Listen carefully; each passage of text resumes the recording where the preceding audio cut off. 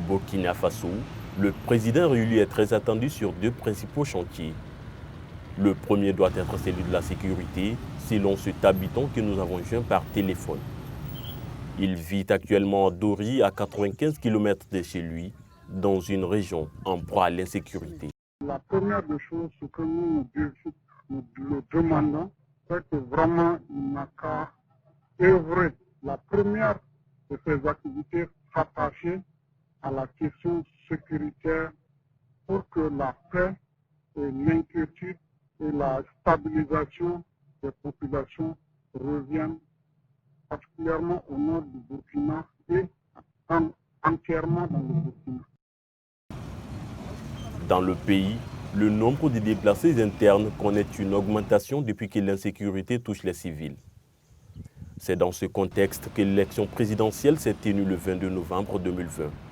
Pour moi, la priorité des priorités, c'est d'abord ramener la sécurité. C'était quelque chose de précieux pour le Burkinabé, parce que 90-99%, je vais dire même, des Burkinabés ne comptent pas sur l'État. S'ils ont la sécurité, ils vont mener à bien leur vie, ils vont se débrouiller pour gagner leur vie et être dans le bonheur. L'État ne permettra seulement que les conditions de sécurité. Et c'est pour ça que de plus en plus, certaines communautés se prennent en charge elles-mêmes dans le domaine de la sécurité. Donc, s'il arrive à relever déjà ce premier défi de la sécurité, évidemment, il y a d'autres défis qui sont là, que la sécurité est venue trouver. Parmi les enjeux du deuxième quinquennat du président Roch Kaboré, il y a la question de la réconciliation nationale. Actuellement, travailler à sécuriser ces zones d'abord, ces zones qui ont été vidées de leur population. Il faut travailler à ressouder les liens, voilà, à renforcer la cohésion sociale. Voilà, il faut travailler à éradiquer l'extrémisme violent. Pour nous aujourd'hui, la priorité des priorités pour les Burkinabés, c'est d'aller véritablement vers une réconciliation véritable.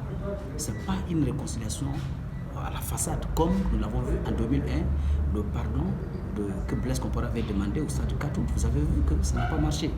Il faut que ce soit un pardon inclusif. Il faut que ce soit une réconciliation qui réunit toutes les filles et les fils de notre pays.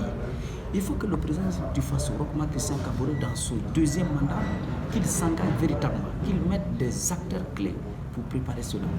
Pour nous, nous pensons véritablement qu'il faut aller vers des forats. Il faut d'abord aller vers une conférence nationale.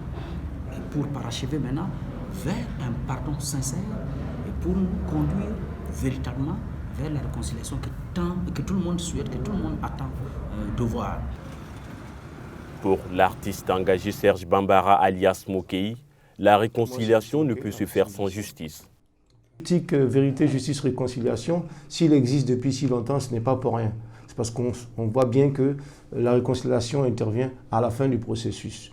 Voilà. Parce qu'il faut qu'il y ait jugement, il faut entendre déjà les parties s'exprimer, il faut entendre déjà le regret du bourreau éventuel avant de pouvoir se satisfaire d'une réconciliation ou d'une entente à l'amiable. Si par exemple vous faites une bagarre avec votre camarade, bien entendu, tant que votre camarade ne fera pas par des moindres mea culpa, il vous sera difficile de vous réconcilier avec lui ou de lui demander pardon. Vous pouvez passer outre en vous disant qu'une hypothétique justice divine le rattrapera.